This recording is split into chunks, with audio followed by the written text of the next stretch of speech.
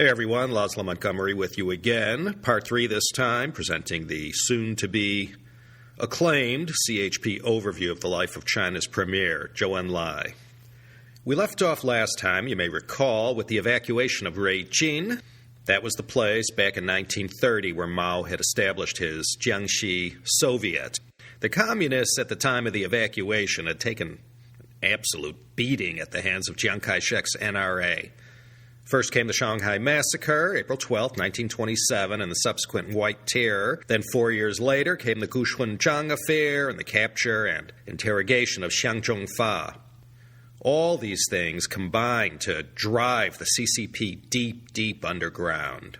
When the whip came down, there was nowhere else to go except to Mao Zedong's relative safe haven in Beijing, so the whole party center, 28 Bolsheviks in all, fled from Shanghai south in the direction of Beijing. Suddenly, these guys like Bogu, Zhou Enlai, and others show up. You have to be wondering what Mao must have been thinking at this point. He was this loose cannon, sort of. He hardly ever got any respect from the party center or the Comintern. Now they barge in on his turf that he had gone to great lengths to hold on to, and suddenly they're in charge? No sooner was this Jiangxi Soviet established when Jiang began a series of encirclement campaigns to shut it down. From about November 1930 till March 1933, Jiang launched 4 of these campaigns, but each time the Communist Red Army, led brilliantly by Zhu De, Mao, Zhou, and others, repelled the attacks. Jiang finally got them on the 5th try, and in October 1934, they evacuated Beijing, breaking through these blockhouses, and finally, in mid-December, made their way just over the Guizhou border to the city of Liping. In the 2 months since the evacuation of Beijing, meticulously planned by Zhou Enlai, the communists had become a mere shell of their former selves. Tempers were flaring between these opposing factions. Accusations were flying, and the leadership was shell-shocked at what had just happened. It was Mao Zedong who came up with the only feasible short-term plan, to head northwest to the city of Zunyi, second largest city in Guizhou province, after Guiyang, of course. They arrived on the outskirts of Zunyi New Year's Day, 1935. The nationalist garrison there gave up without much of a fight. This is where they were able to put down their rucksacks, sit down, and try and figure out what the heck just happened. The good old days of 1924-25 seemed like 100 years ago. Now look at them.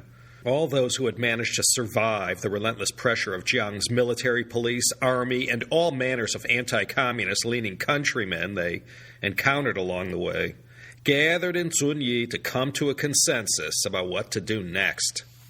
This moment in history is forever known as the Zunyi Huiyi, the Zunyi Conference, held on January 15 to 17 at an old warlord's mansion at number 80 Hongqi Road. The CCP kept this meeting secret for a very long time. It's popularly called the meeting where Mao became the top guy in the CCP. Actually, this isn't true. When it was all over and they pulled out of town, Mao didn't have the titles yet to back him up, but after Zunyi, everyone more or less began to defer to his leadership. The Comintern and later their 28 Bolsheviks had done well keeping Mao bottled up and away from the levers and knobs controlled by the party center. Now he was inside that circle. The Comintern's proxies, that is, Stalin's proxies, ended up getting marginalized. The 28 Bolsheviks had all met in Russia and had been fully indoctrinated with the latest in Soviet propaganda. They were sent back to China, like a bunch of Manchurian candidates with Stalin's backing, to take over the CCP and on a very simple level, do whatever Stalin wanted them to do. The major upshot of the Zunyi Conference was that these 28 Bolsheviks, and therefore the Comintern too, got pushed aside. And by the time we get to the end of this episode, Mao's going to deal with them once and for all. So, Zhou Enlai, where did he fit in? He was the one who called this whole Zunyi Conference of the extended Politburo. 20 people, although even that figure is disputed. It was Zhou's idea to gather together the entire Politburo, including alternates, and discuss the events of the past 60 days and to learn from these mistakes. The topmost leadership included Bo Gu, Otto Braun, and Zhou Enlai. These were the guys in charge who had called all the shots since arriving in Beijing. They had to speak first at the meeting to offer their reasons why they got mauled like they did. Bo Gu and Otto Braun, well, they blamed everything and everyone except themselves. They offered up a bunch of excuses that were all valid to one degree or another. The KMT armies were too strong and well-equipped. The Communist Communications Network was too degraded. They had a whole litany of excuses. But when it came time for Zhou Enlai to speak, he blamed no one except the leadership for their incorrect planning and decisions.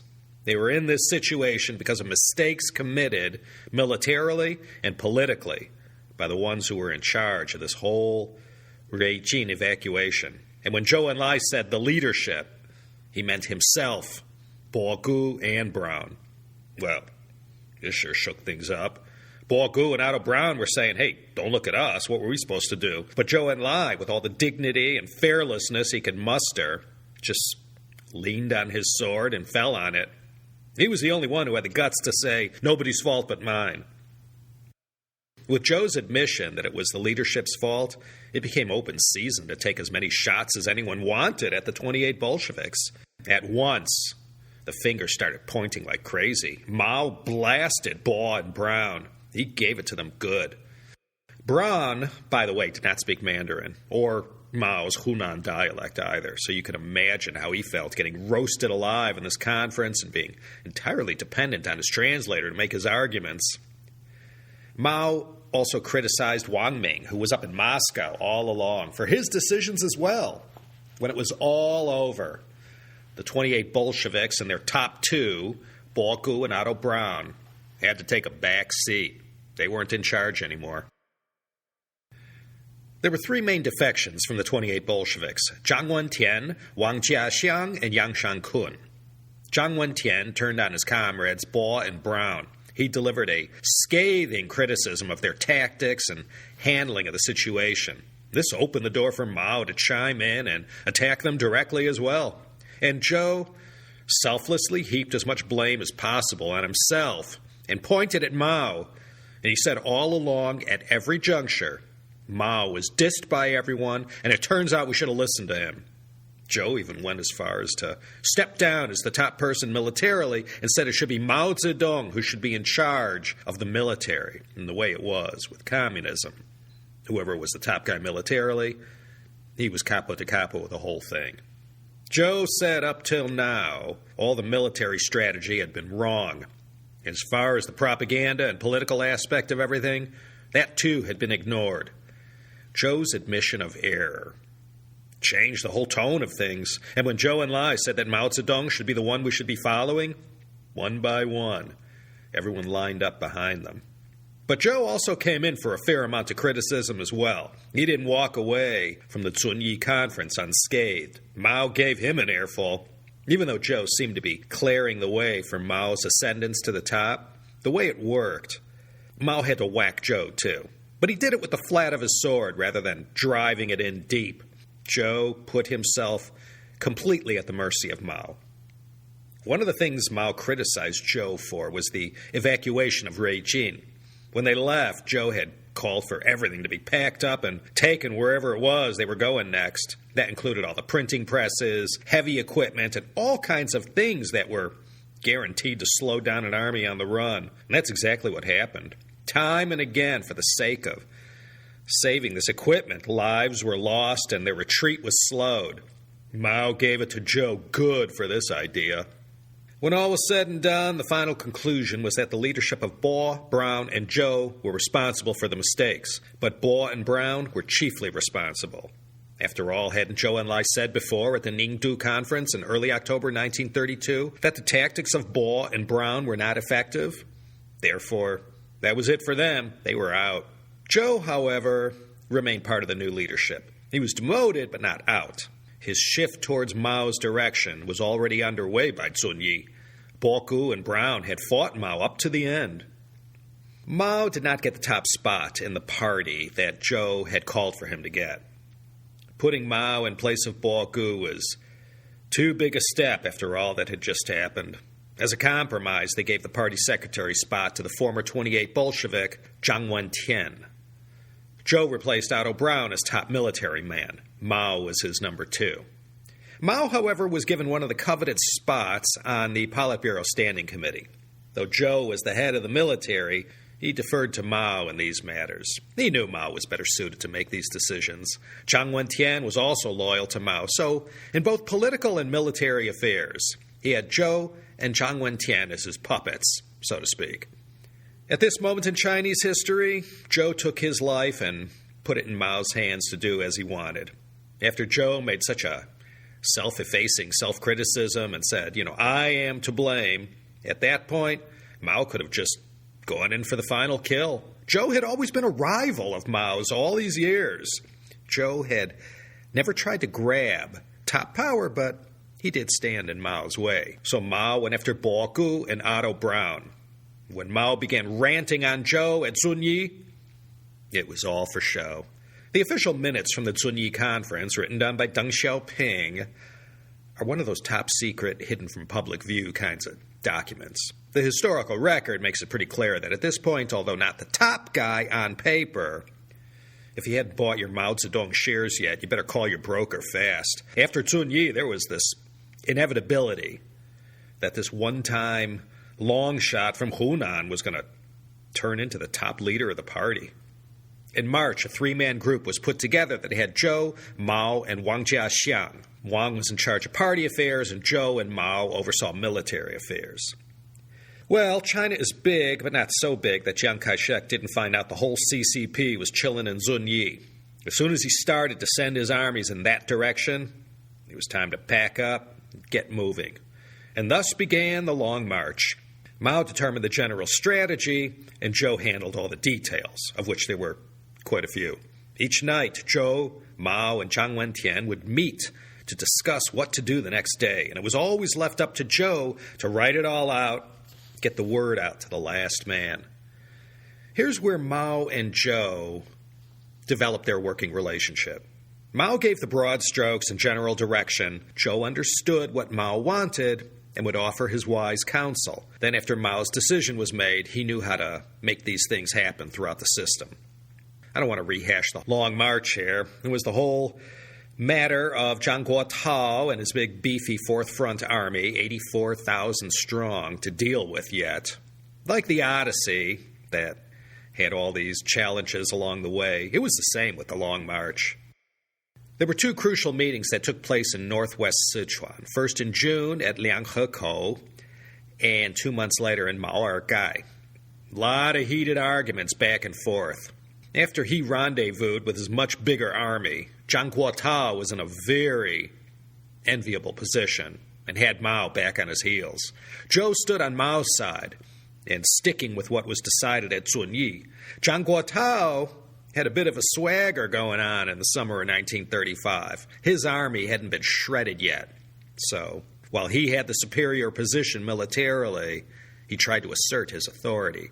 And his viewpoint was that all the decisions made in Zunyi were null and void. And we all know, in the end, Zhang Guotao went south and Mao went north. These 2 rivals wouldn't meet up again until December 1936 up in Yan'an. And we know from previous episodes, by then, Zhang Guotao won't be looking so good, and by 1937 he'll be purged from the party, and the next year he defected to the KMT.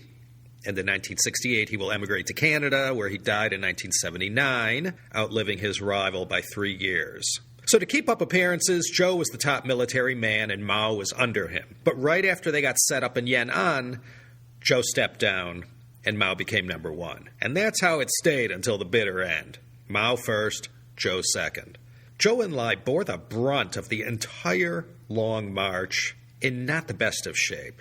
He was not a well man a lot of the time, suffering from all manners of debilitating ailments, especially when Zhang Guotao showed up, and after the crossing of the Dadu River in late May 1935, Zhou got deathly ill, and there weren't any hospitals along the route of the Long March. He couldn't even walk. I'll tell you a quick story. During this time when Zhou was really in a bad way, just as they were passing through the most horrible part of the ordeal, through the grasslands where Sichuan, Tibet, and Qinghai all come together. One of the men who bore Zhou's stretcher was Yang Lisan. He was one of the officers in charge of logistics and supply. The Logistics and Supply Division was later known as the Zhonghoqin Bu of the PLA. Anyway, when Yang Lisan passed away in 1954, well, he wasn't what you'd call a top leader. He had a brilliant record fighting the Japanese and the nationalists, but he was really only the PLA General Logistics Department Minister and later the National Food Industry Minister. But nevertheless, when he died, Zhou Enlai, already the premier of China, helped carry Yang's coffin at the funeral in remembrance of what Yang had done for Zhou back in late August 1935 during the harshest days of the Long March. A lot of people on hand to witness this moment who walked the Long March probably understood the significance. There was a person who kept Zhou alive through each ordeal. His name was Fu Lianzhang. He's better remembered as Nelson Fu. He made the whole Long March with everyone else. Nelson Fu later became the doctor to the Zhongnanhai elites and a vice minister of public health. He wound up on the wrong side of Lin Biao during the Cultural Revolution and died in prison in 1968. Anyway, without the care of Nelson Fu Lianzhang, it's doubtful Zhou Enlai would have survived the worst of his illnesses during the Long March. Nelson Fu was one of the many unsung heroes of the 1930s and 40s. Well, 3,000 miles after they left Beijing, they made it to Yan'an in October 1935. By November of that year, Mao officially outranked Zhou Enlai in the military. Zhou recovered from the ordeal, and he set up a home in one of the caves with Deng Yingqiao.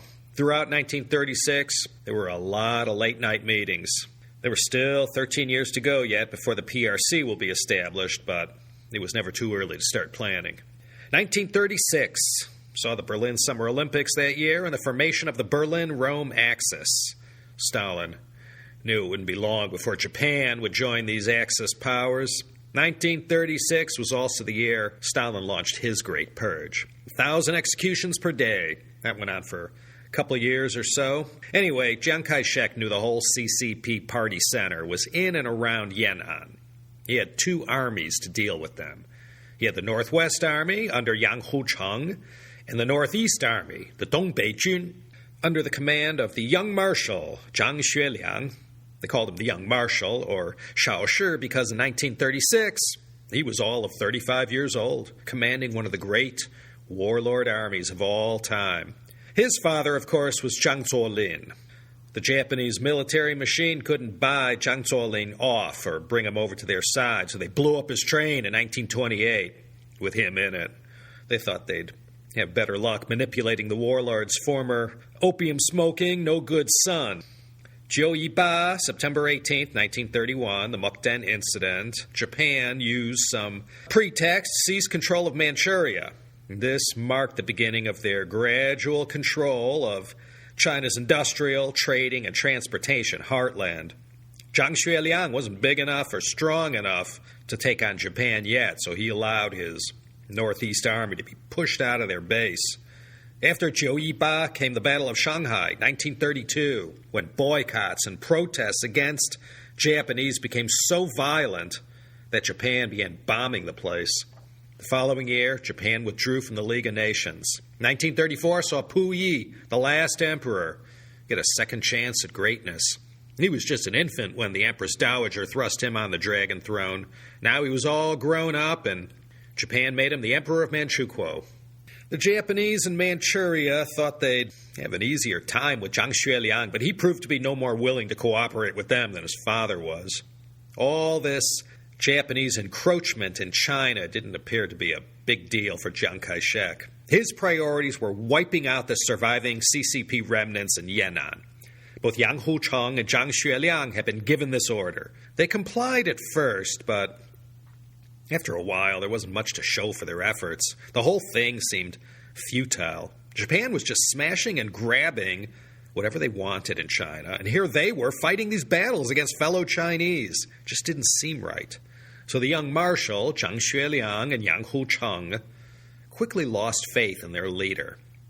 Sensing they might be people he could reason with, It was around this time that Zhou Enlai reached out to them. Not long after they began to get set up in Yan'an, Zhou sent out feelers to Yang Hucheng. Once this was established, contact was also made with Zhang Xueliang. Zhou met with the young marshal for 5 hours on April 6th, 1936.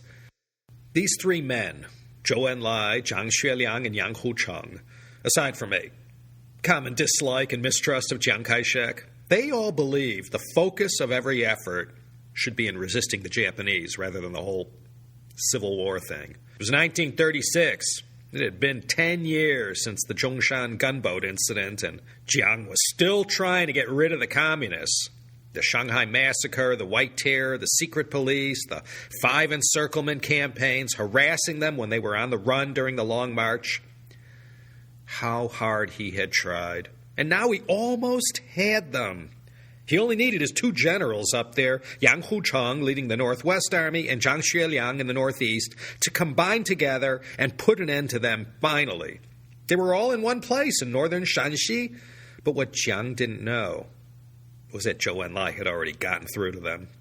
Zhou had convinced them to join together with the Red Army and unite to fight the Japanese. And he further convinced them to do their best to persuade Jiang to see things this way, and that they had no problem with Jiang being the one in charge.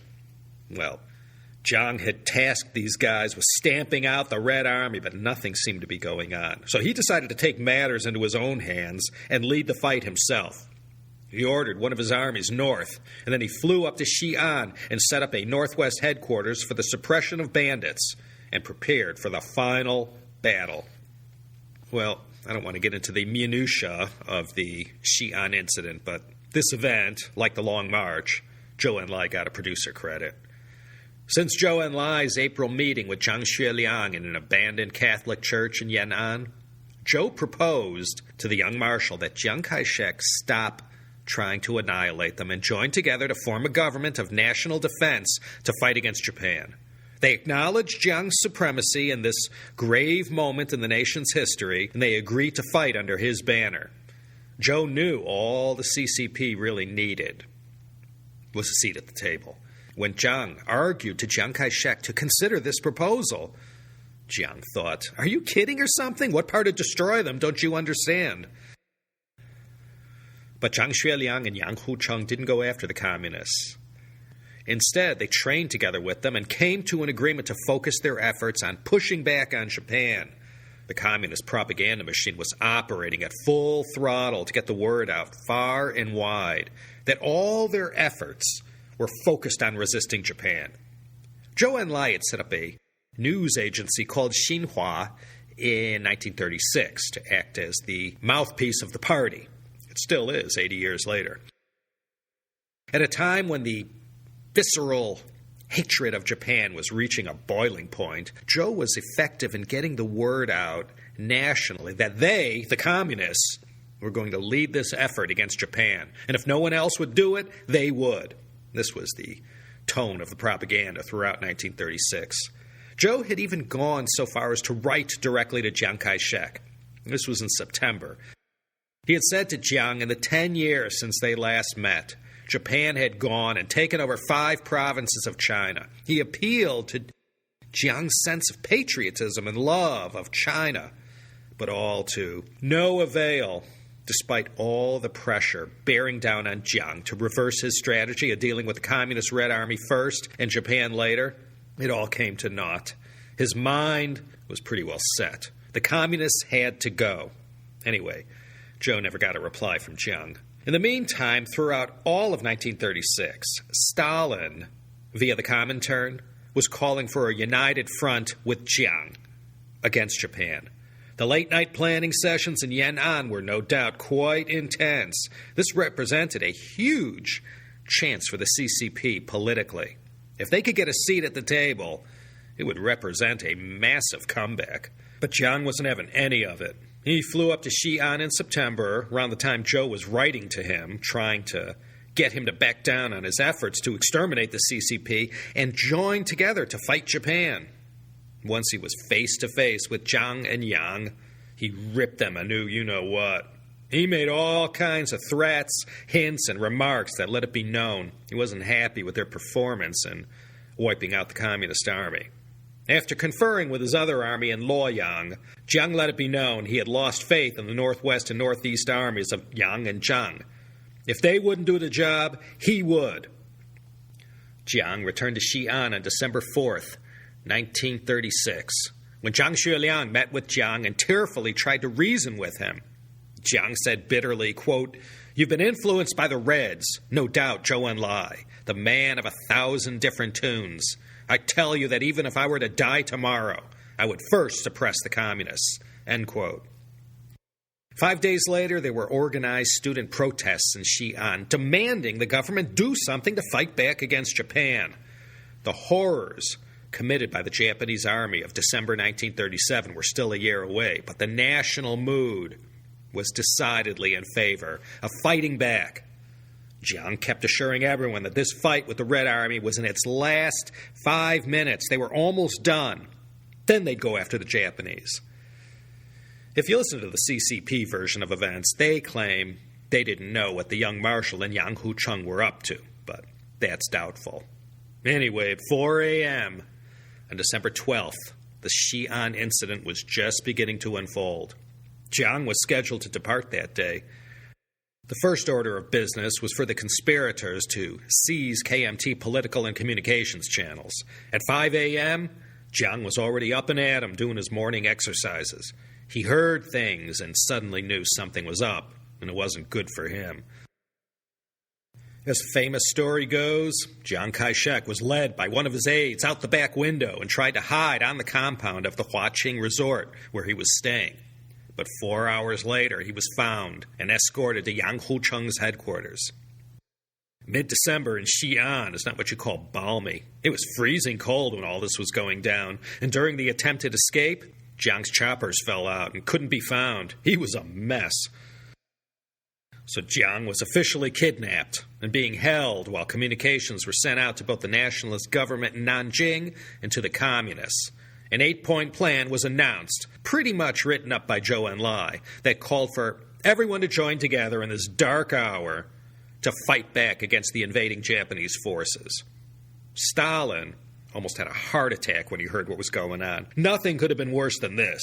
You see, Russia was very nervous about having the Japanese so close to their borders. With Germany and Italy making all this noise in the West and then cozying up with Japan, Stalin was feeling like he was getting squeezed.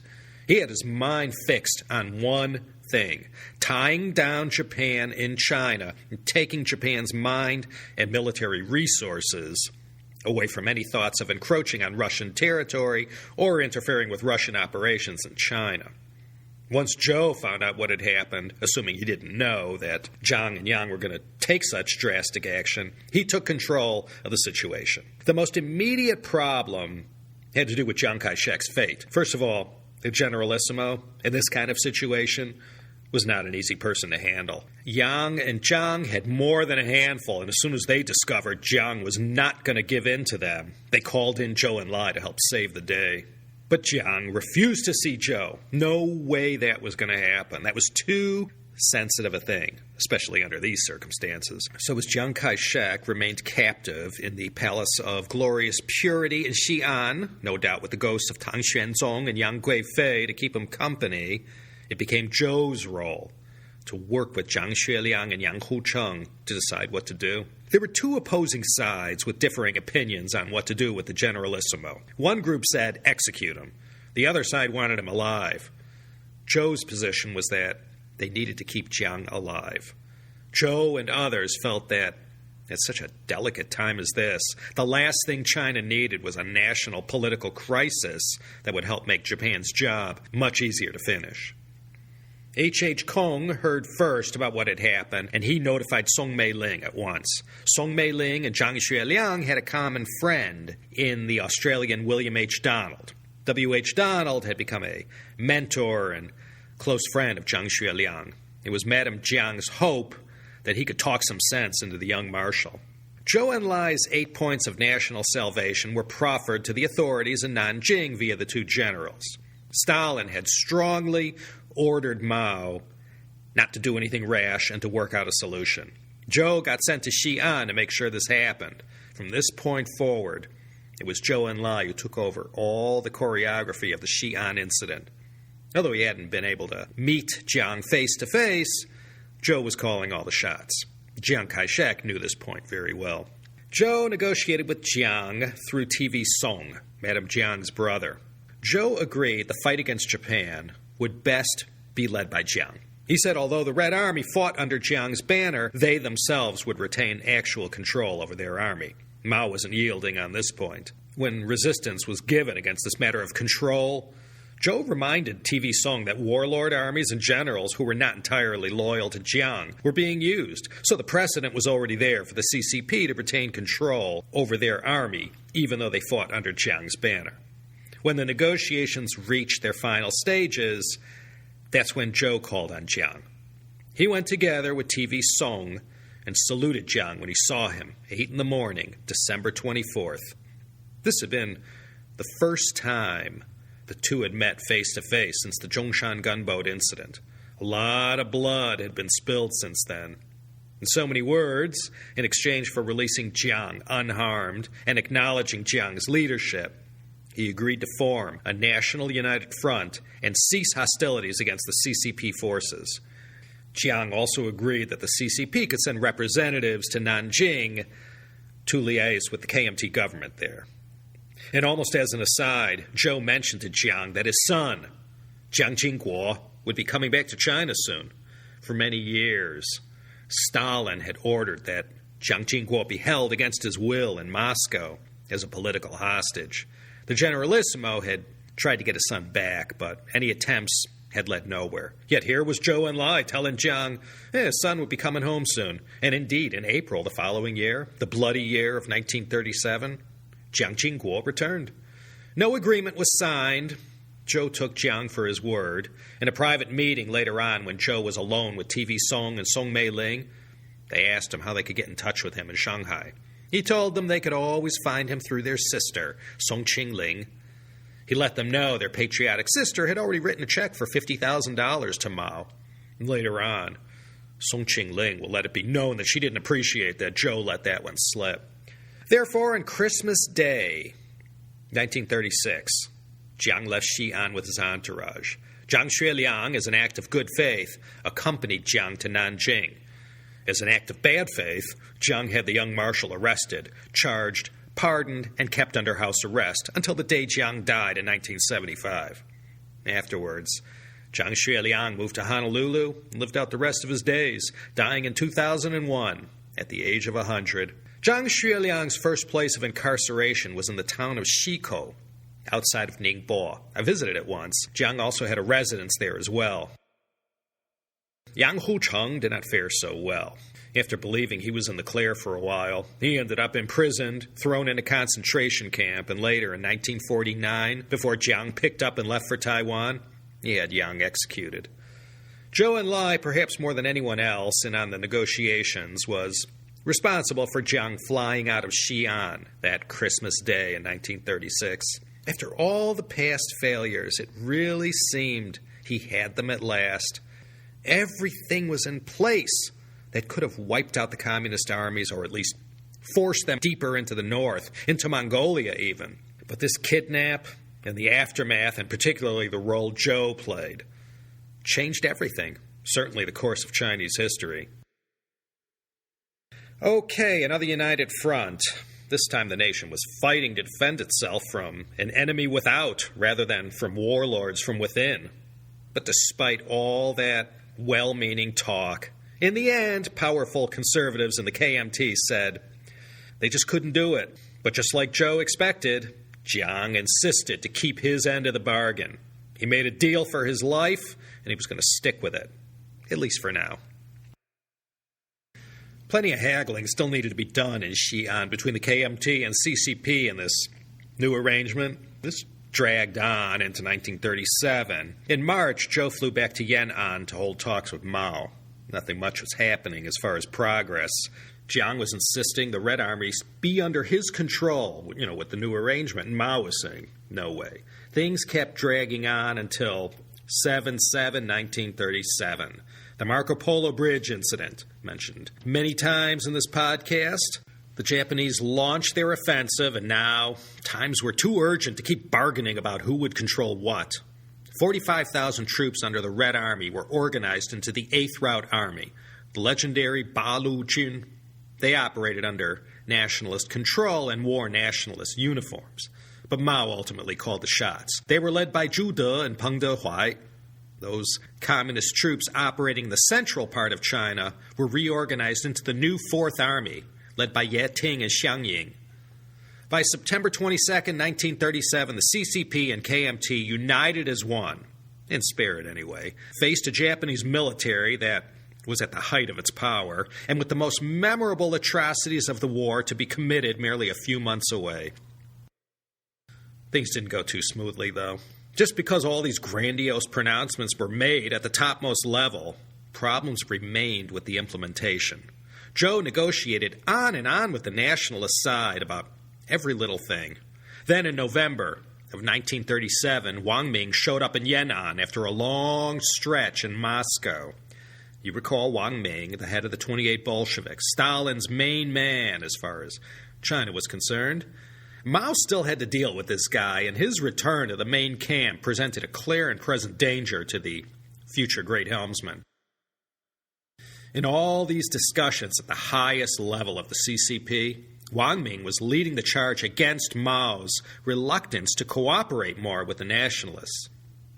Jiang wanted control of these newly assembled 8th Route and new 4th Armies, and Mao was dead set against this. These were his babies. They would fight the Japanese Mao style, pure guerrilla warfare.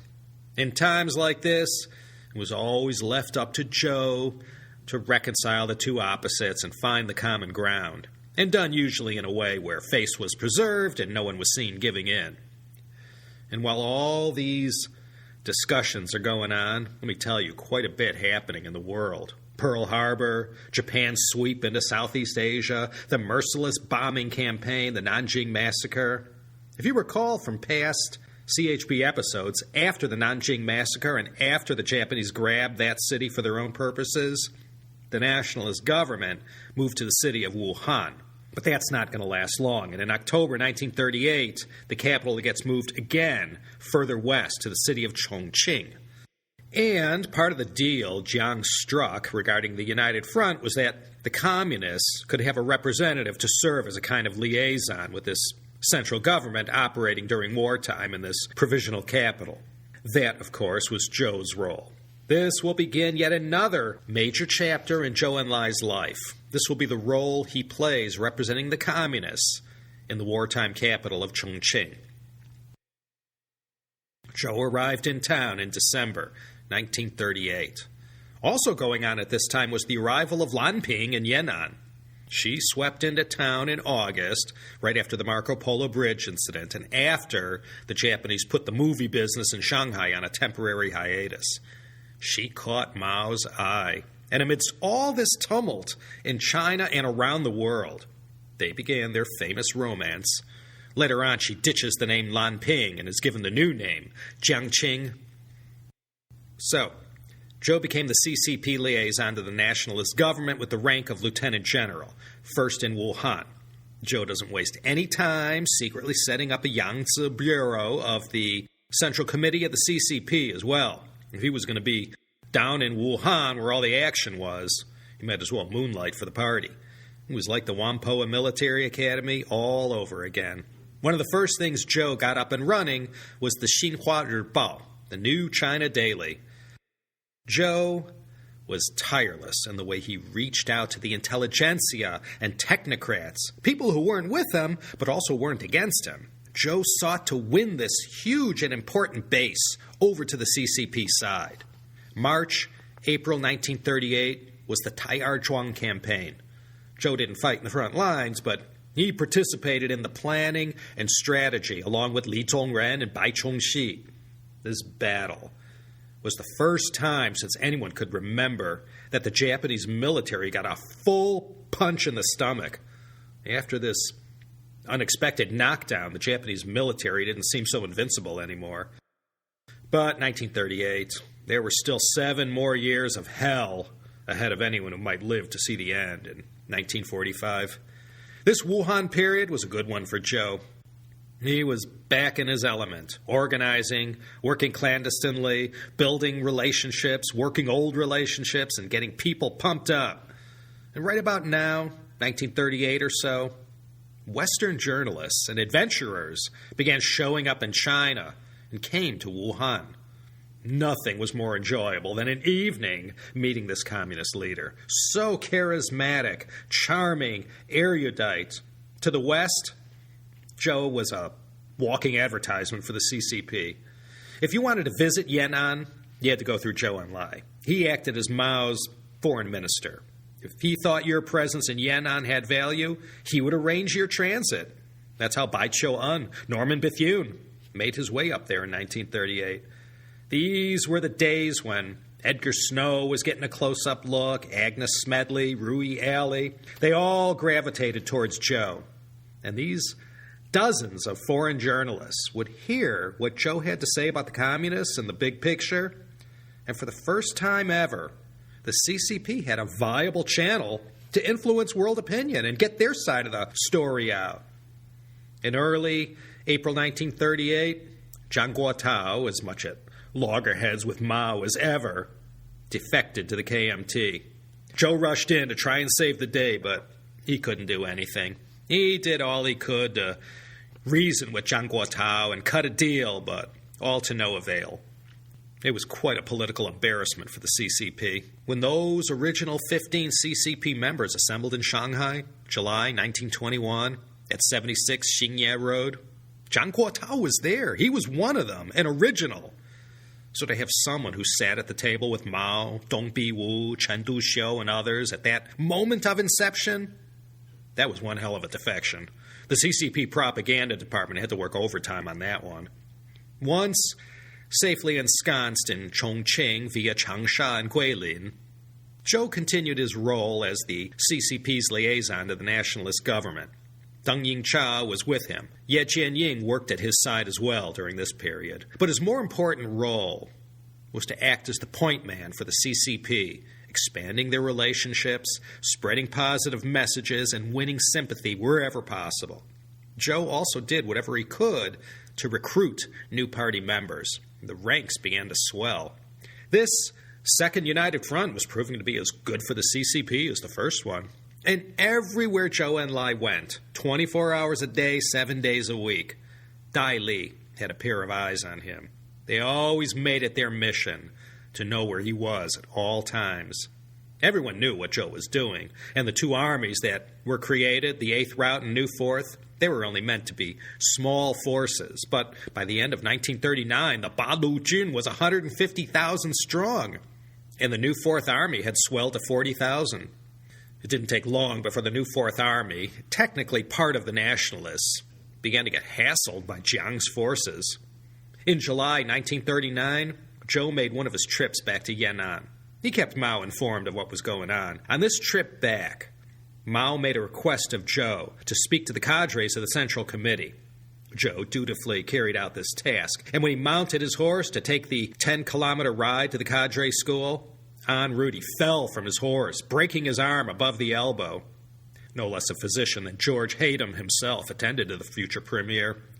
Once Zhou was given this first aid by Dr. Ma Haide, he was taken to Moscow to the top hospital there to have his fracture taken care of. Chiang Kai-shek had lent one of his private planes to take him there. They were able to stabilize his arm, but it always would remain bent at the elbow. He couldn't straighten it out. After this, in any photo you see of Zhou, his right arm is always slightly bent. Zhou took advantage of his presence in Moscow to meet with leaders there to discuss the state of affairs between their organization and the Comintern. After long meetings lasting days, Zhou was able to bring the Comintern over to his side. That is, the side of Mao Zedong. Zhou had used his ways to sway their opinions and win their support. For all these years, it had always been the Comintern bossing around the Chinese communists. Now, thanks to Zhou Enlai, they were in lockstep. This meant that Wang Ming was out, and now he was going to get his. He had been a thorn in Mao's side for a long time. With this latest turn of events, it was soon going to be open season on this one-time leader of the 28 Bolsheviks and his cohorts. When Zhou returned to China in March 1940, he had a lot of good news for Mao. In June, he was back in Chongqing. By August, the Red Army was planning some major offensives against Japan and North China. This became known as Peng Dehuai's 100 Regiments Campaign. As mentioned in a previous CHP episode, so successful was this 100 Regiments Campaign in killing and harassing Japanese soldiers that it resulted in unexpected retaliatory measures. Jiang saw the success of the 8th Road Army beating back the Japanese, and this made him very nervous. He negotiated with Zhou for the withdrawal of the new 4th Army from south of the Yangtze, Jiang's main power base. In December, over 60,000 troops of the new 4th Army had left, with 10,000 troops remaining behind but planning to cross the Yangtze soon. They were led by Yating and Xiangying. On January 7th, 1941, the new 4th Army incident went down. Like everything, there's a KMT version of events and a CCP version. Whatever the case may have been, around 9,000 new 4th Army troops were massacred by Jiang's army of 80,000, led by Shangguan Yunxiang. So much for that Second United Front. Jiang demanded the new 4th Army disbanded. Instead, Mao had it reorganized, with Chen Yi commanding and Liu Shaoqi acting as commissar.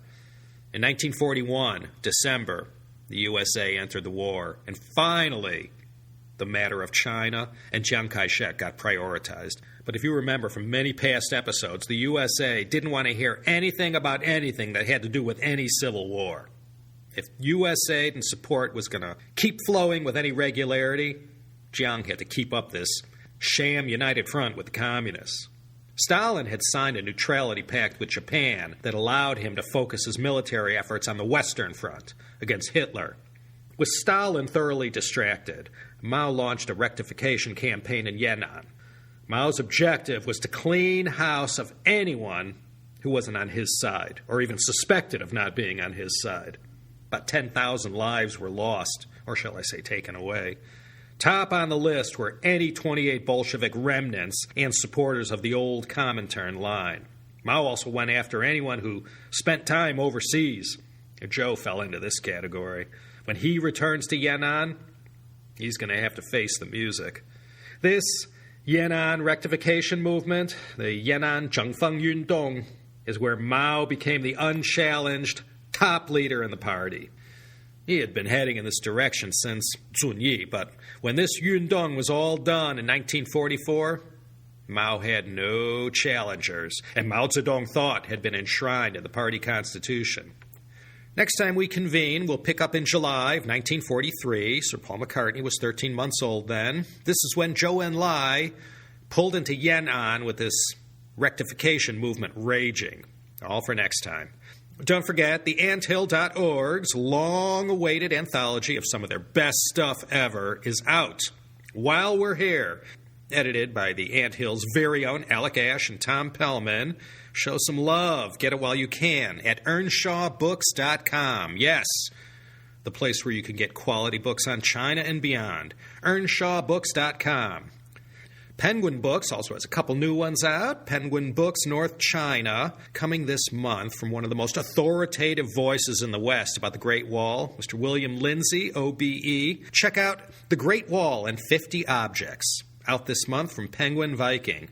Also, Shilia Melvin and Jingdong Cai's Beethoven in China, How the Composer Became an Icon in the People's Republic. This is out on Penguin Specials. I've mentioned those before. Penguin Specials provide a short escape into a fictional world and act as a primer in a particular field or provide a new angle on an old subject. Penguin Specials, short, original, and affordable. Go to penguin.com.cn. You love the historic teas of China. In time for the holidays, the CHP is once again teaming up with the tea lovers at teasens.com to bring you a lovely pu'er tea gift set. If you're looking to buy your bad self a nice gift, or if it's for a loved one, or even someone you're stuck buying a gift for, check it out. 2 nice torchas. A 2006 Sheng Pu'er from the Menghai Tea Factory of Xishuangbanna, and a 2015 Shou Pu'er from the famous Xiaoguan tea factory located in Dali, Yunnan province. Two of the most renowned Pu'er tea factories located in the land that brought this great gift to the world. To show you what a bunch of good guys we are, the two nice-sized tuochas come with their own tea pick and an exquisite gaiwan. Gaiwans, of course, discussed in the internationally award-winning CHP History of Tea series. These covered tea bowls were introduced during the Ming Dynasty, but became all the rage during the Qing Kangxi period. And I know this isn't going to make you rush out and order this, but a gaiwan is the preferred tea consumption vessel of your host and humble narrator. Go to teasenz.com and get yours now. That's TEASENZ.com. The perfect gift for pu'er lovers everywhere. This is Laszlo Montgomery signing off once again from the city of Los Angeles. Zhou Enlai, Part 4 next time. Please, find the time in your media diet for another exciting episode of the China History Podcast.